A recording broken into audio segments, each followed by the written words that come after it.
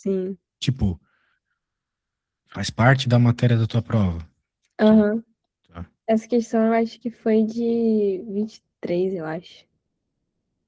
Ou vinte Tá. e quatro. Tem algumas coisas que dá para decorar. Por exemplo,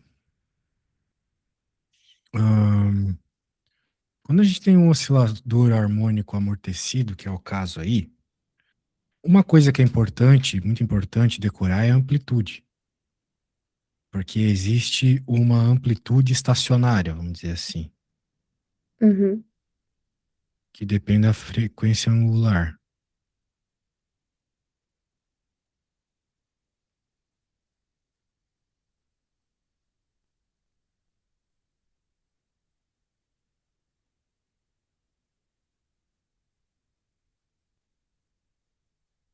Tá muito horrível minha letra, mas beleza.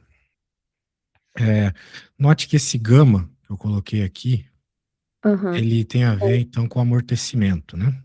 Sim. Só que ele falou que esse gama é identicamente igual ao ômega zero, o que nos permite deixar a nossa conta um pouquinho mais bonitinha.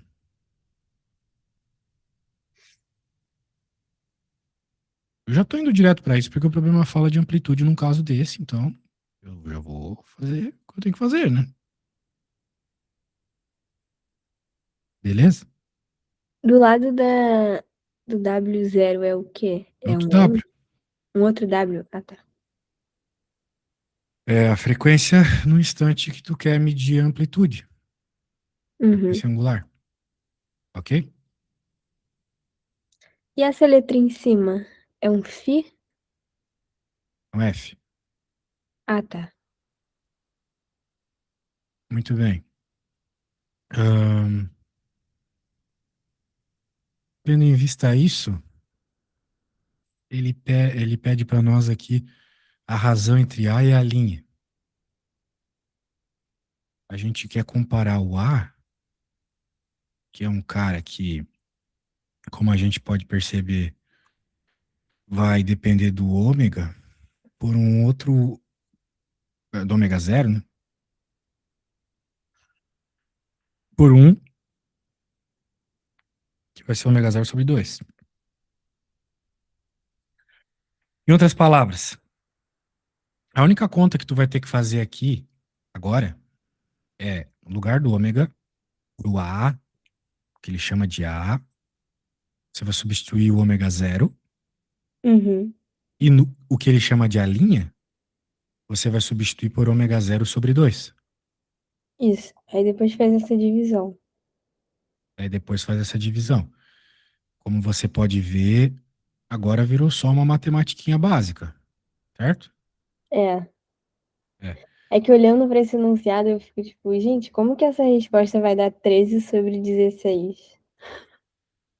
É, vai dar. Porque tem um monte de raiz, né? Então, vai dar. Pode ter certeza. Agora, você consegue fazer isso ou você quer ir para a próxima? Eu tô fazendo aqui. Beleza.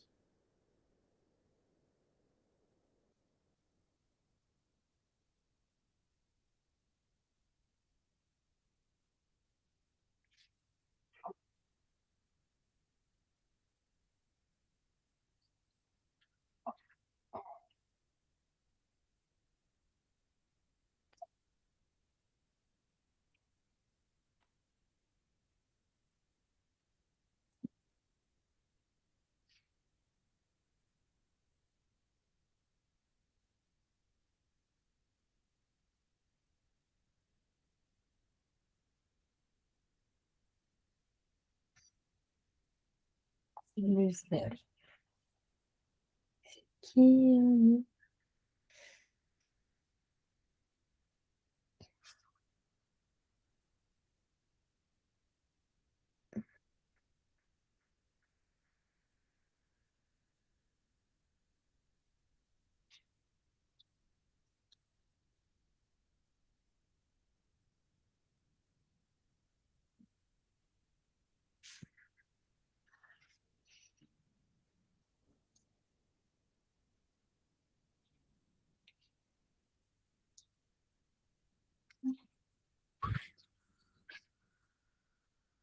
Pô, pior que eu acho que vai dar realmente esse valor aí.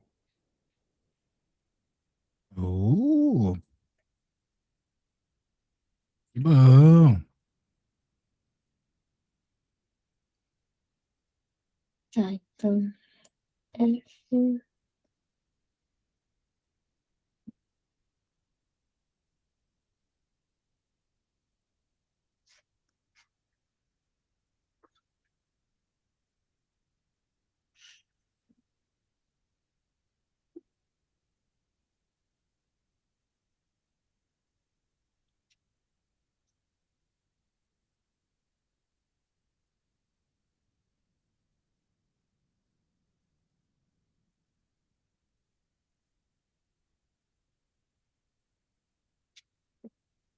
Hum.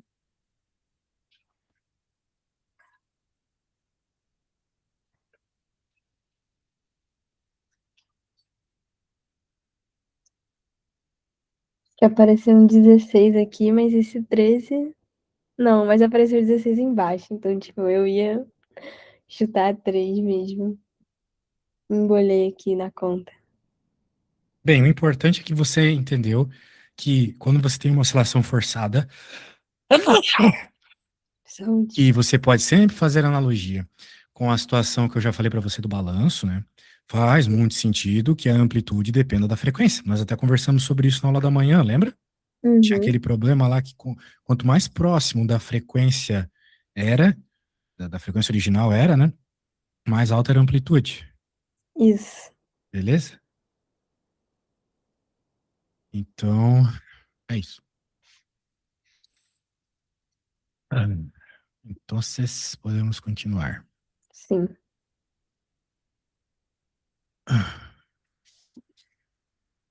Vamos para a próxima aqui. Deixa eu pegar a próxima.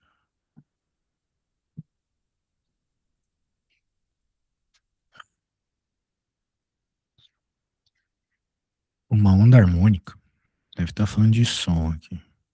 Primeiro harmônico, segundo harmônico, essas coisas.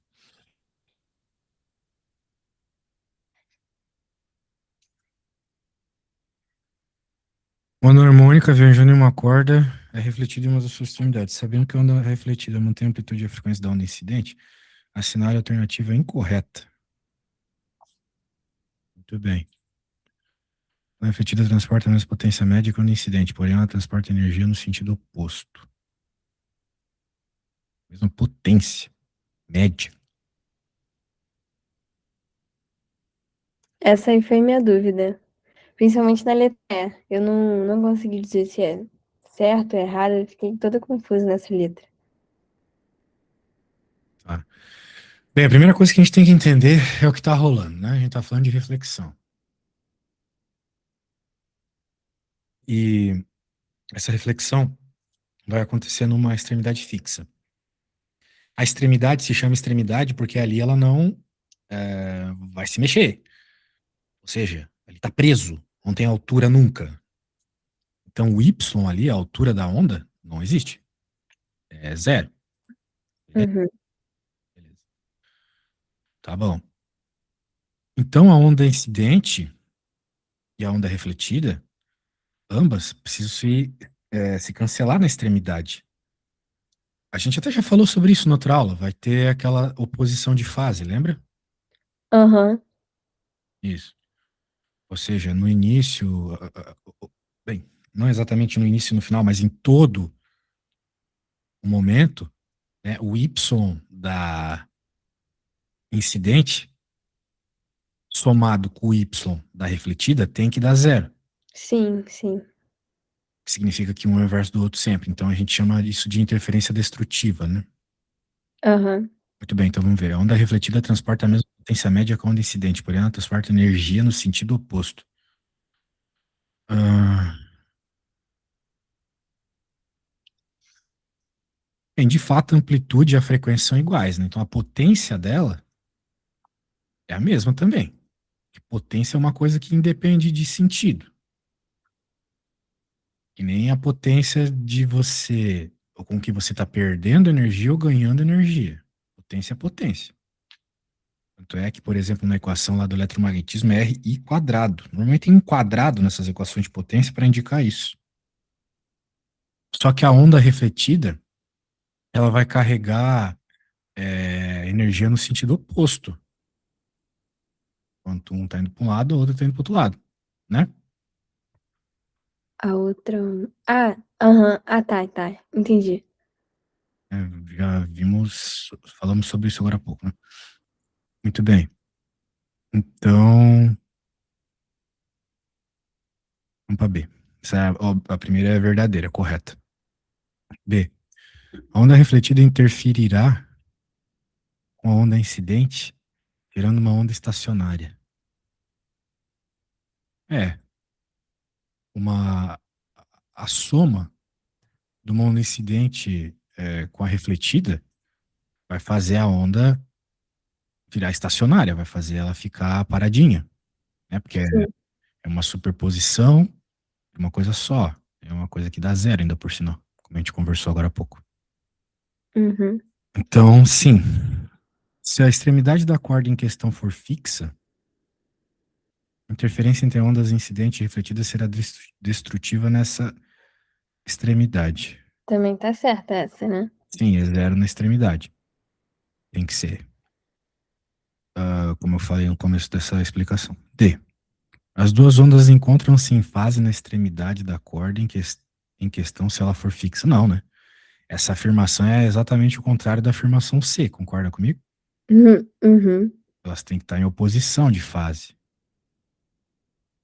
E a potência transmitida pela combinação das ondas. Então a D é a falsa, é a incorreta. E a potência transmitida pela combinação das ondas incidente e refletida é nula, em média, mas não a cada ponto e instante.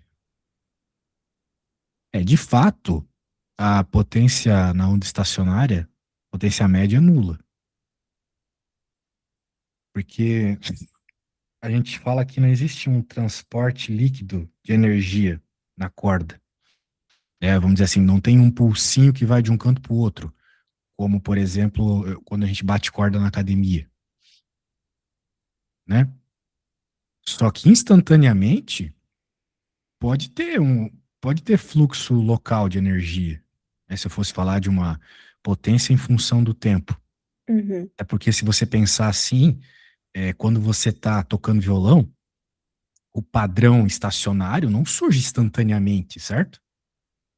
Ele Certo. demora um tempo para virar aquele desenho que eu fiz na aula passada. Concorda comigo? Uhum. Então, essa alternativa é potência. Peraí. Ela é correta também. É certo também, né? Sim. Então a única falsa é a D. Deu. Tá. Pegou a ideia? Entendi. É que eu não tinha, tipo, entendido a letra E. Ah, sim. É a mais estranha mesmo. Mas tu tem que ter a convicção de que a potência varia no tempo. Porque se ela não variasse no tempo, ela seria a mesma antes e depois da onda, né? Então, ela varia, claro. Um recipiente de material de coeficiente linear de dilatação X é completamente cheio de um líquido cujo coeficiente de dilatação é 2x. Então, supostamente, uma coisa vai dilatar mais que a outra, certo? Uhum. Como o material dilata menos que o líquido, vai ter uma hora que vai transbordar até, né? Vamos pensar assim, se estivesse cheio, não é mesmo? Que imagina você colocar água no. Ou qualquer coisa que seja, que infla, mas a outra coisa não infla. Então vai ter que vazar, né? Uhum. Ou melhor, tô viajando. Ah, Né? Mas assim, vamos entender a pergunta, né? Só uma coisa um tanto óbvia. Como a temperatura deve variar para que o líquido transborde? Já está completamente cheio, né? Completamente cheio. E se a gente quer que transborde, o líquido dilata mais que o objeto, tá? Então, Quando o líquido, então a gente quer que a coisa aqueça. aqueça, né? Isso. Mas e se, e se diminuísse e o líquido se expandisse? Aí ele ia. Ah, mas aí ele não ia transbordar, né? Ele ia, tipo, quebrar o. Não, se diminuísse, o líquido ele ia reduzir, ele ia contrair mais do que o recipiente. Se ele contrair mais que o recipiente, vai ser tranquilo, né? Não vai vazar nada, certo? Ah, é porque eu tava imaginando aquele caso da água que tá no congelador, dentro de um recipiente, aí a água, ela aumenta de volume e o Você pensou o recipiente. pior caso possível, tá? Porque a água, ela tem uma anomalia. A água, ela tem uma característica que é só dela. De 0 graus a 8 graus, em vez dela contrair, que é o que a gente espera de coisas esfriando, ela infla, né? Ela se expande. Mas isso não é um comportamento normal. Isso é um Ah, comportamento único da água. aí eu tô me auto confundindo. É, infelizmente, né? Beleza? Tá. Então, não leve em conta a água, Uhum. ok? Muito bem. Então, se a gente quer que a coisa transborde, a gente quer que a coisa aqueça, né? O sistema todo aquecendo, pode aquecer as duas coisas juntas, lá, aumentando a temperatura das duas coisas, a água vai vazar, ok? Certo. Então, Então, bora para a porque... próxima. Qual seria a opção certa, então?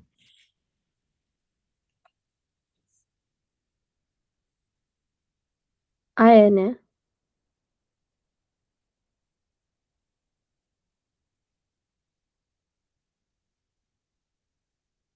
É,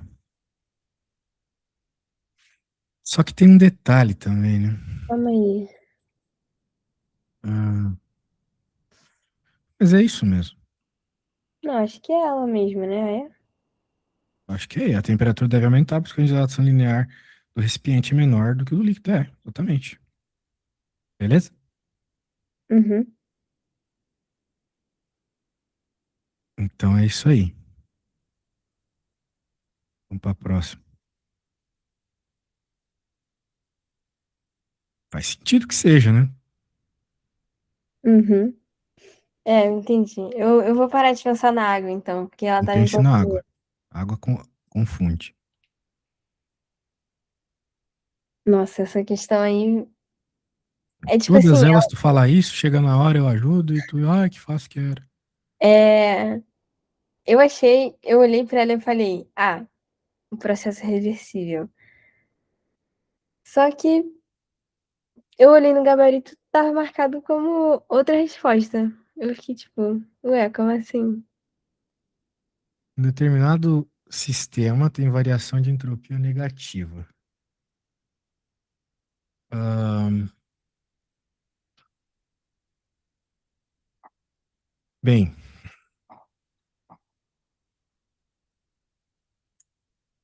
a gente sabe que para um sistema isolado, a entropia sempre aumenta ou é igual a zero, né? Isso é a segunda lei da termodinâmica. Delta S maior ou igual a zero sempre. Um sistema isolado. Uhum, Só que aqui ele está dizendo que em determinado processo vai ter uma entropia negativa. Beleza? certo. Então, a gente, uma vez que está vendo que vai ter entropia negativa, a gente pode afirmar que esse sistema não está isolado. Ok? O que significaria isso? Na prática, que tem um agente externo usando da energia dele para aumentar o grau de ordem desse sistema. Sacou? Por exemplo, quando eu falo que você quebra um ovo, mas você nunca vê o ovo voltando a ser ele inteiro depois de quebrar, e a gente usa isso como exemplo da entropia, é um fato, né? Mas se uma pessoa querer montar o ovo ali, ele volta, certo? Tipo, não vai ser perfeito. Mas o que eu quero dizer é o seguinte: você. Tá, pensa em Lego, então. Tem lá uma torrezinha de Lego montada. você vê a torre ali, mas você vê ela quebrar, mas você nunca vai ver a torre quebrada voltar a ser uma torre normal de Lego, né? Uhum. A menos que venha uma pessoa e monte essa torre, Tem que certo? ter a ação de um agente externo, né? Exatamente. Então, o sistema, nesse caso, não está isolado, tem um agente externo que faz alguma coisa, né? Então, no caso aqui, a gente está falando de processos termodinâmicos, ele, no caso, trocou energia, calor, ou até mesmo matéria, o meio externo, ok? Aham. Veja, tem outro detalhe que talvez eu possa ter vacilado. Não dá para dizer que o processo é reversível ou irreversível só com essa informação dele ser negativo. Sabia?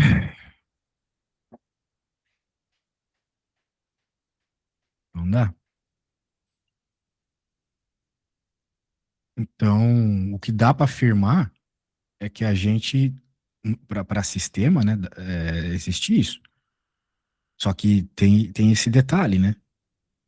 Que num sistema específico, a entropia pode diminuir por causa da ação de agentes externos.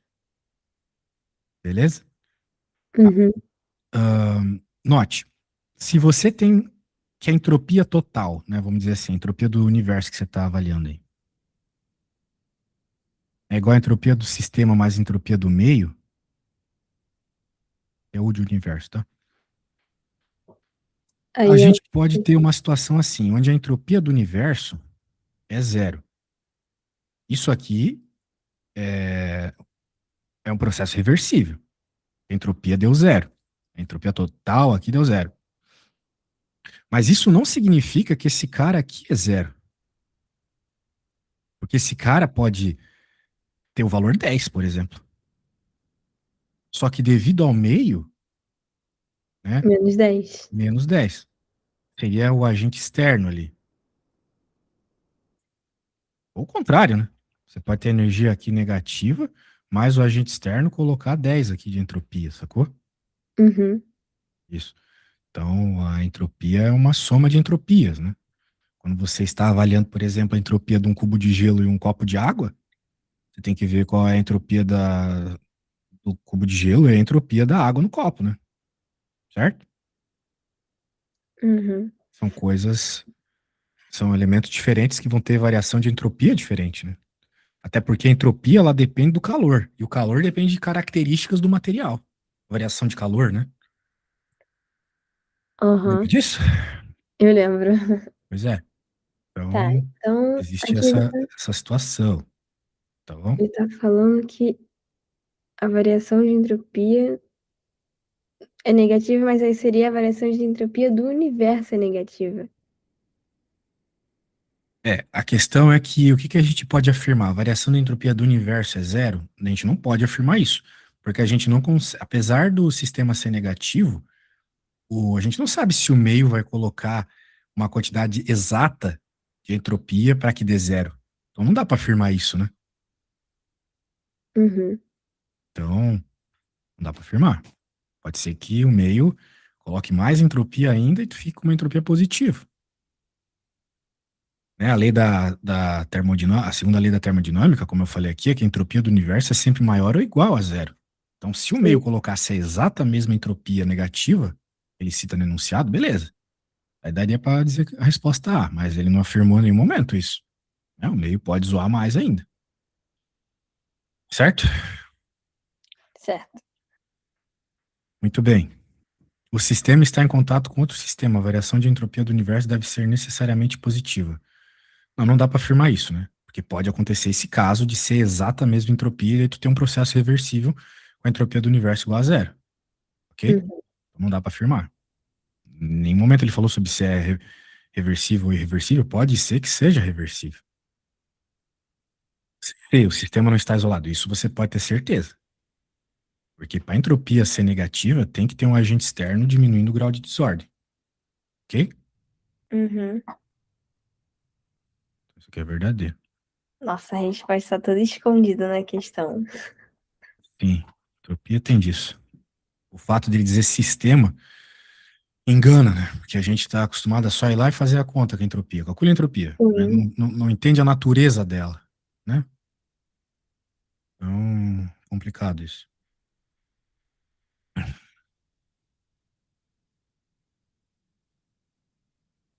A próxima.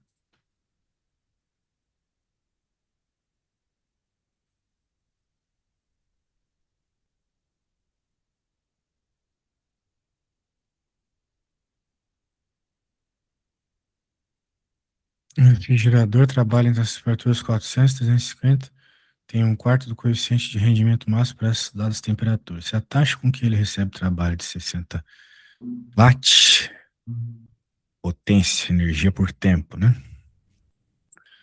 Nós fizemos um problema mais ou menos envolvendo potência que dava para trocar por simplesmente calor, pensando em uma variação instantânea ali de energia. Mas vamos lá. Quando a gente está falando de refrigerador, a gente não usa o rendimento igual a gente estava fazendo na outra aula, tá? É o contrário, é mais ou menos o contrário. A gente fala que o rendimento do congelador é igual ao calor frio dividido pelo trabalho. É tipo o contrário mesmo. Oi? É o contrário mesmo. Sim, exatamente o contrário.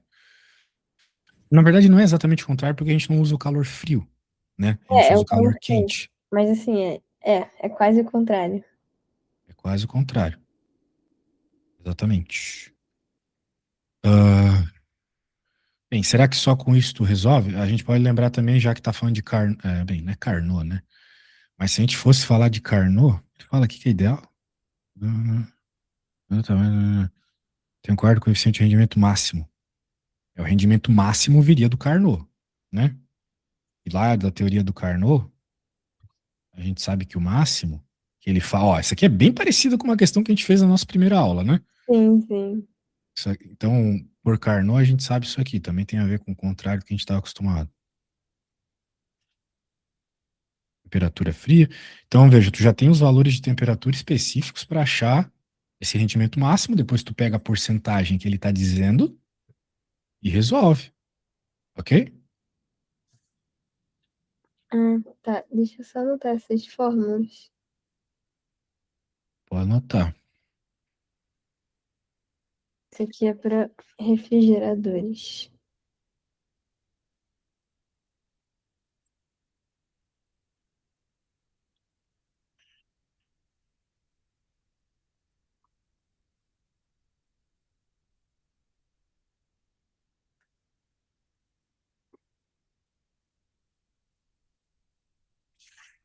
Tá. Aí, ó, mas aqui, tipo, ele disse que ele trabalha entre 400 e 350. Sim, o que que tem? Ué, eu vou colocar. Peraí, quem é TQ e quem é TF? O TF é a temperatura fria, a mais fria, no caso 350. Ah, sim, tava pensando nisso, mas, por exemplo, nessa primeira fórmula aí do rendimento do QF sobre o trabalho. Quem é QF aí? É o 350 também? Não precisa saber no primeiro momento. Na verdade, o QF é o que ele quer saber, né? Agora que eu tava chegando E nessa veja, conclusão. esse cara, você vai saber fazendo essa conta e usando ali a questão do quarto do coeficiente, né? Ah, tá. Aham. E o trabalho, ele falou que é 60, né? Sim, sim, tá Só ali. que é 60 vezes 60. Ué, por quê? Pensa um pouco.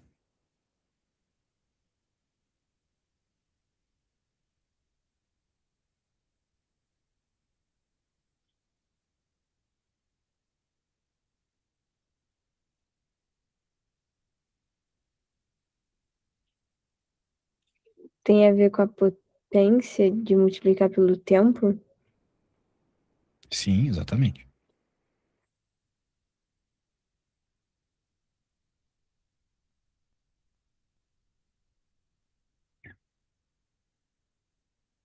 Hum. É, realmente tem muitas informações escondidas nesses enunciados. Vai lá, vai lá. Quero saber qual é o calor frio. Quando tu encontrar, me diga. Tá.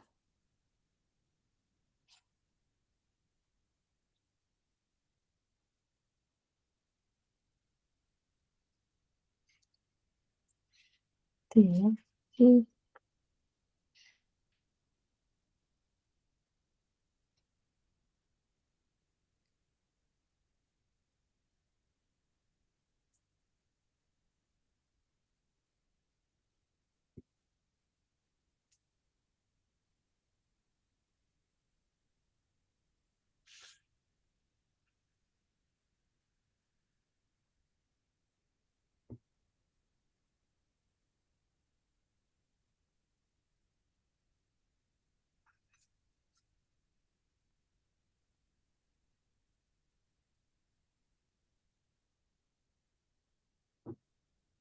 É a letra B? Manda a resposta aí que eu dou uma olhadinha. Uhum.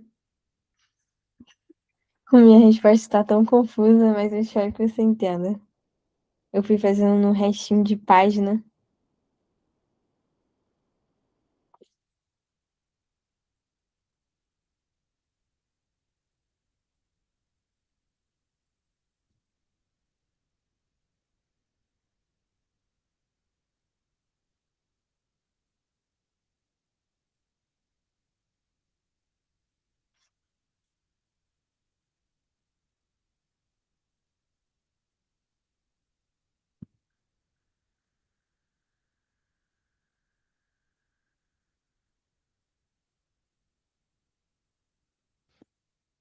Isso aqui tá extremamente mal organizado, tá? Quando você me vê fazendo conta, você vê eu fazendo uma conta embaixo da outra. Você Tá não vê eu fazendo sumido, uma né? conta do lado da outra, rabiscos, coisas assim. Toda vez que eu peço pra você, já falei isso, mas eu vou falar de novo, eu gosto que me entreguem a conta como se estivesse fazendo pra uma prova para eu poder dar dica. Então, eu não tô entendendo nada que você fez aqui. Tenta fazer como se você estivesse fazendo pra uma prova, tá? Tá bom. Mas vai com confiança, tua resposta tá certa. Mas eu quero uma explicação melhor que isso.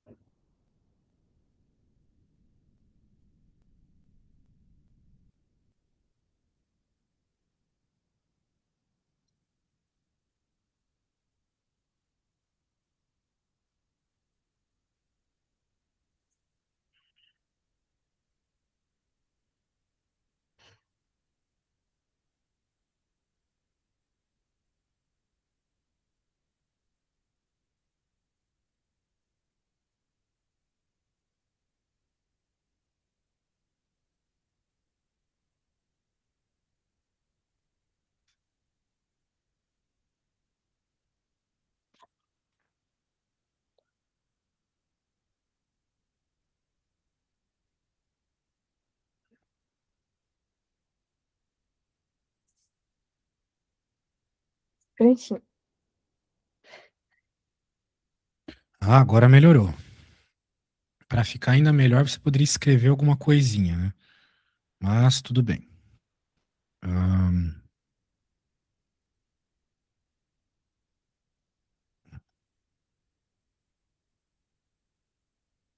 beleza, certinho. Muito bem, muito bem. Agora tá mais organizado, maravilha. Vamos ver a próxima. Do jeito que tava antes, o professor tinha todo o direito do mundo de não te dar certo, hein? Tava muito ruim. Tentar Ah, fazer as coisas mais de cima pra baixo. sim, muito muito importante. A gente tá acostumado a precisar economizar papel na escola, mas já passou essa época. Vou pegar a próxima questão aqui.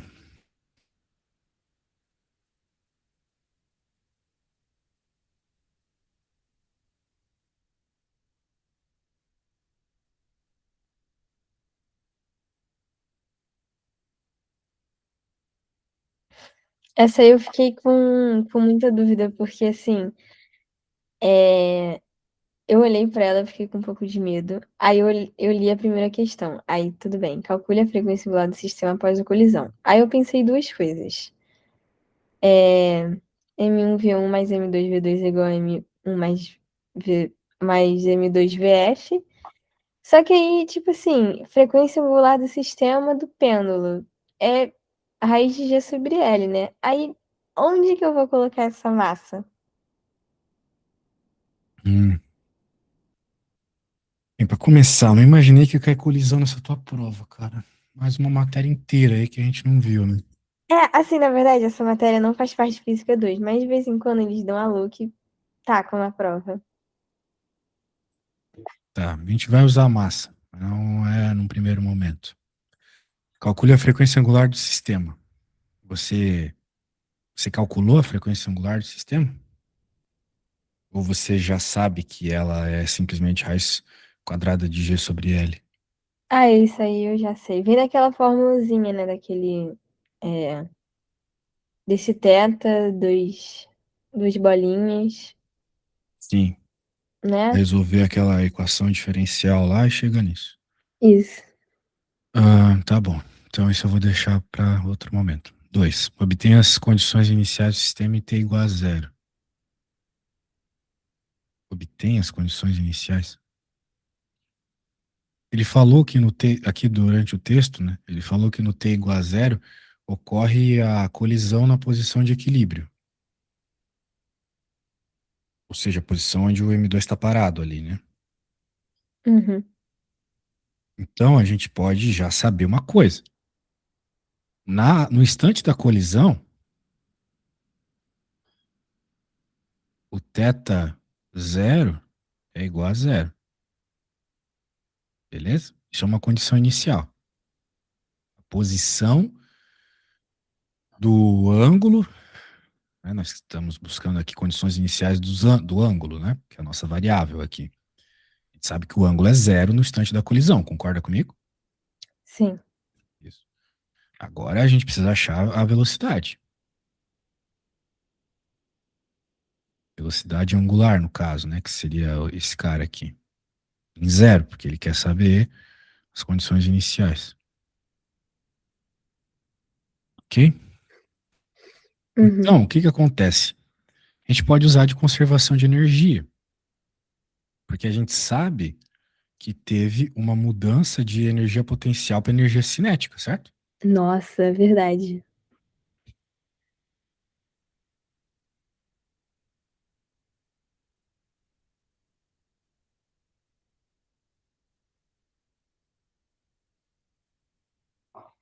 Certo? Uhum. Isso aqui sobre o massa um. Então, com alguma simplificação aqui, a gente chega numa equação clássica. Ah, que é aquela 2GH, né? Isso. Muito bem. Agora, o que que acontece, né? A massa 2 ela estava parada.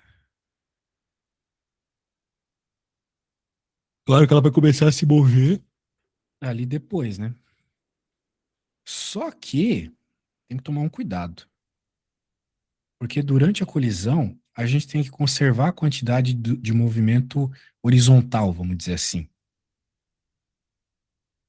Veja, esse problema é um problema de colisão. Então ele já dá a dica, né? Vai ter que em algum momento usar momento linear, essas coisas assim. Aham. Certo? Bem, o problema é que eu não posso, num primeiro momento aqui, eu não posso pensar em energia, ou melhor, eu não posso pensar, eu não consigo pensar, sendo mais preciso, para a bola 2 ali, as mesmas informações que eu tenho da bola um. saca?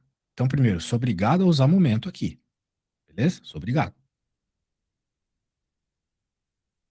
Outra coisa, o momento, ele vai ter que ser um momento específico, que é horizontal. Por quê? Porque não tem momento vertical nesse problema. Não tem conservação de momento vertical aqui, por uma característica do momento linear. E não pode ter força externa, beleza?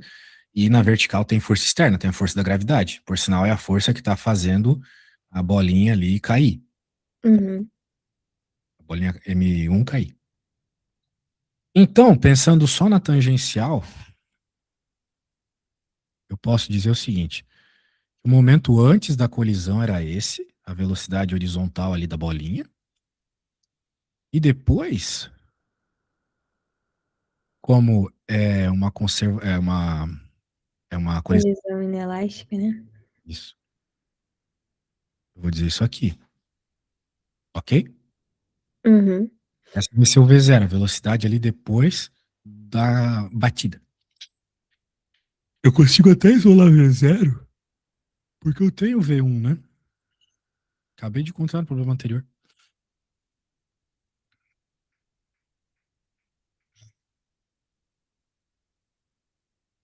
Beleza? V1 aqui. Então, beleza. Para encontrar as coisas na horizontal, eu tive que usar momento linear. Só que o problema, ele não quer em termos de V1 e V0, ele quer em termos de θ. Uhum. E aquela equação lá do pêndulo, aquela que é menos mg seno de θ, será que não pode usar ela? Não, eu não vou usar mg seno de θ porque eu não preciso. E era mgl seno de θ. Por quê? Porque ele falou que, aqui, ó,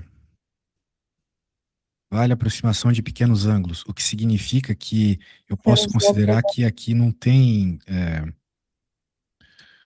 Eu não preciso fazer a decomposição de triângulo para achar essa diferença de altura, eu só chamo de z mesmo e pronto, entendeu? Ah, tá. Esse θ aí é quando a gente. Quando tem esse seno de θ, complicou, né? Não concorda comigo? Porque se eu quero uma expressão de θ aqui, e eu tenho um seno de θ, minha equação vai ficar muito complexa. Mas como eu vou usar essa informação que ele dá de ângulos pequenos, em vez de eu usar o MGL seno θ ali para a energia potencial gravitacional, o que eu vou usar pelo ângulo ser pequeno, θ pequeno, é que a velocidade ela é igual a L vezes o θ ponto. Isso só funciona quando o ângulo é pequeno, entendeu? Ah, Porque senão, de fato, você teria que pôr o seno aí e tudo mais. Mas é só você lembrar que quando o ângulo é pequeno, o seno de θ, em radiano, claro, é praticamente igual a θ. isso. Isso te permite chegar nessa conta aqui se você usar a coisa que você acabou de falar para mim. Beleza? Uhum. Então, pronto, né? Eu posso dizer que θ ponto em zero, zero é o momento da colisão, é isso, e a gente sabe quem é v zero. Sacou? Que legal. Bem legal. Essa saidinha parece direto, né? Parece direto.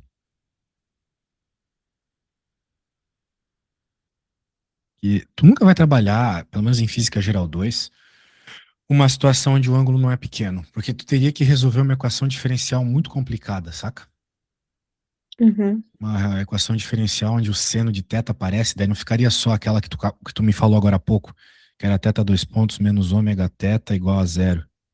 Isso aqui seria seno θ, seria uma merda. Nossa. Seria bem complicado. Tá bom. Agora, essa era a B, vamos para 3. Calcule a amplitude θ máximo do sistema após a colisão. O que seria a amplitude máxima? Bem, depois da colisão, o sistema ele vai oscilar como um movimento harmônico simples. Uhum. Isso. E a gente conhece bem o movimento harmônico simples.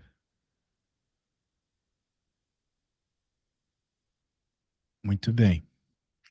É que é aquela fórmula do X, dos pontos, mais a frequência, Isso. né? Essa Bem, fórmula. na realidade, né, eu vou ter que, como o θ é como se fosse um X, né? Tipo, o θ, apesar de ser ângulo, como o negócio ali não tá, o ângulo é muito pequeno, é como se fosse um X, indo e voltando, indo e voltando, indo e voltando, indo e voltando, entende? Tá. Então, seno de ômega t. Movimento harmônico simples é isso, é seno ou cosseno, tá bom? Uhum. Só que eu vou dizer que é seno porque ele começa do zero. Se começasse do topo, eu diria que é cosseno, certo? Uhum. Certo. Seno começa do zero. Bem, esse é o θ de t, né? Então, o θ ponto vai ser a ômega cosseno de ômega t. T. Bem, no t igual a zero, a ômega. Uhum. Igual a zero. Como eu estou interessado na amplitude máxima, né? É,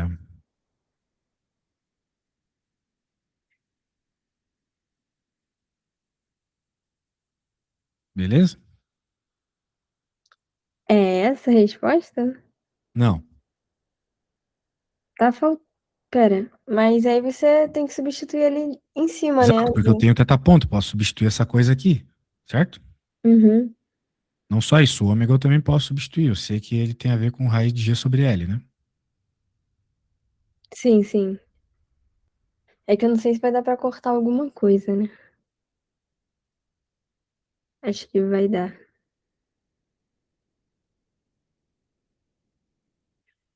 Se é dividido pela raiz de GL, G sobre L, eu posso colocar que é multiplicado por L sobre G. Isso. Mas dá pra cortar ali, ó. O G com G.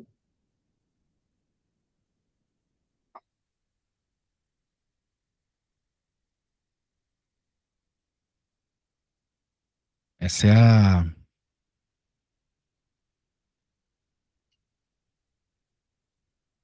ah, seria o máximo, né? Uhum. Então, beleza. Pensa na amplitude máxima como ângulo máximo também, certo? Sim, é, eu tô imaginando isso. Acho que é bem. É, assim, é mais intuitivo, né? De pensar num pêndulo, você colocar o ângulo máximo com amplitude máxima. Sim. Muito bem. Próximo.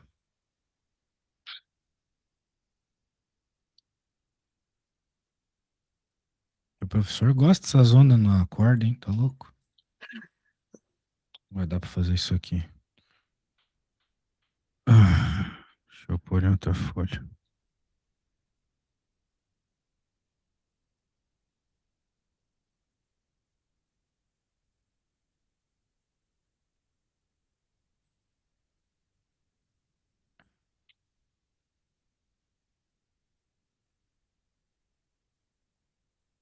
E aí? Tentou fazer esse negócio? Eu li, mas eu não entendi direito o que que ele tava querendo.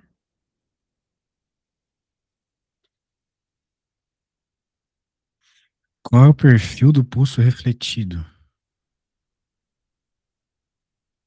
Perfil do pulso?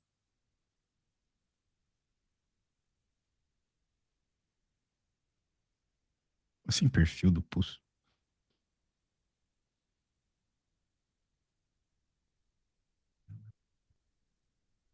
Entendi, perfil do pulso.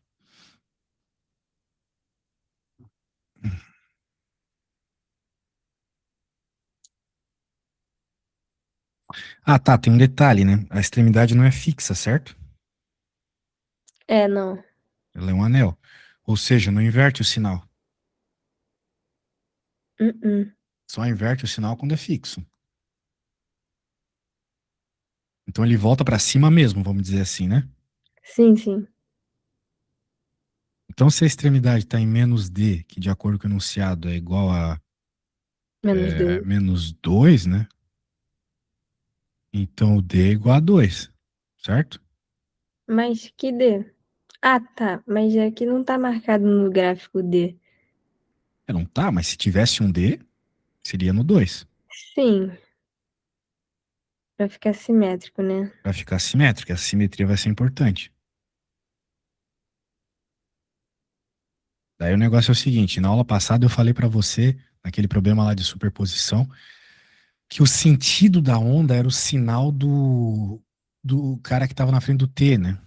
Então, por exemplo, aqui, como a onda está indo da esquerda para a direita, é positivo. Tu mesmo me falou, lembra? Aham. Se tivesse ido da esquerda para a direita, seria negativo. Beleza? Uhum. Uhum. Então, vamos pensar assim: depois dessa reflexão que é livre, que vai estar ali em menos D, em x igual a menos D, esse pulso refletido ele vai ter uma equação específica, né? Isso aqui eu chamei de incidente. Agora eu vou falar do pulso refletido. Também depende de x e de t. Aí vai ser o contrário. Vai ser o contrário no x. É, o sinal. Daí você vai ter aqui o t,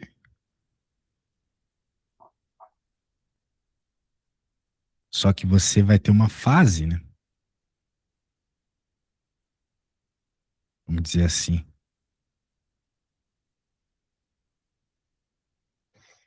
O que que significa essa fase menos 2D? Significa que aqui ele começou no d. Agora ele está começando de menos 2D em relação a onde ele começou. Porque eu não coloquei zero aqui, né? Ah, tá. Certo? Uhum. Se eu tivesse colocado D aqui, aqui eu colocava menos D e pronto. Tá. Beleza? Beleza. Ah, tá. Então meio que eu criei as duas equações aqui. Uhum. O que a gente Agora precisa agora é substituir os valores nessa equação e ver o que acontece. Né? Por exemplo, ele está mandando que a gente coloque 2 e 7. Só que no pulso refletido, né? Uhum. X é Aí 2, o T é 7. Mas quem é o U? é um. É um, exatamente. Então vai ficar menos 2 mais um vezes 7 Mais 7. menos 2 vezes 2, certo? D. Ah, sim, sim. Tá. Aí. Daí quanto é que dá essa conta aí? Menos 4 mais 7 é 3, menos 2 é um. É um. Então seria a resposta A. Nossa. Complicado essa aí. Essa é, pra entender, refletido ali é esquisito. Pô, muito, muito complicada essa. Porque geralmente eles colocam pra gente fazer. Tipo, tem uma onda assim, e aí eles falam, há quanto tempo vai demorar para ela chegar nessa mesma situação? Aí uma das extremidades é fixa, a outra é livre, e aí a gente tem que fazer a inversão e reflexão das ondas para saber quando que ela vai voltar. Aí depois a gente coloca lá na resposta, tipo, T é igual a 4L sobre V, alguma coisa desse tipo. Sim.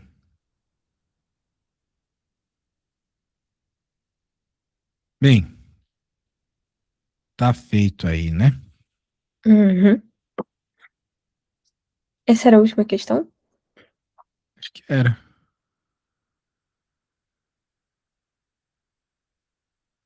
né? Era assim, era assim. Bem, eu acho que você está preparado para essa prova, hein? Eu tomara mesmo.